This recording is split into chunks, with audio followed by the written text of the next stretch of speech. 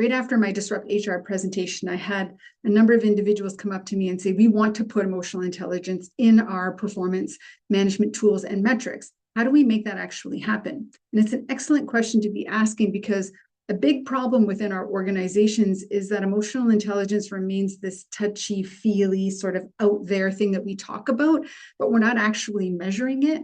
And oftentimes what we'll find in HR is that we are terminating employees based on a lack of emotional intelligence skills, more so than we are on a lack of technical skills.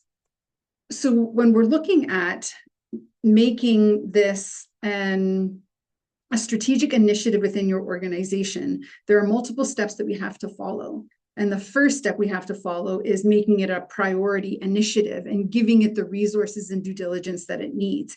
Step number one is really qualifying which emotional intelligence skills are performance critical to each of your roles, because not every role requires every single emotional intelligence skills as a mission critical skill to performance.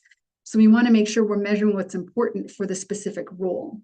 Second, we need to do the exact same thing with your organizational values, how people behave across the board based on the set of values that defines you as an organization.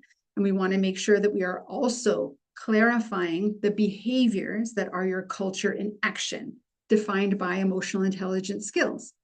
And third, once we have everything defined, then we need to make sure that leadership can properly observe an individual.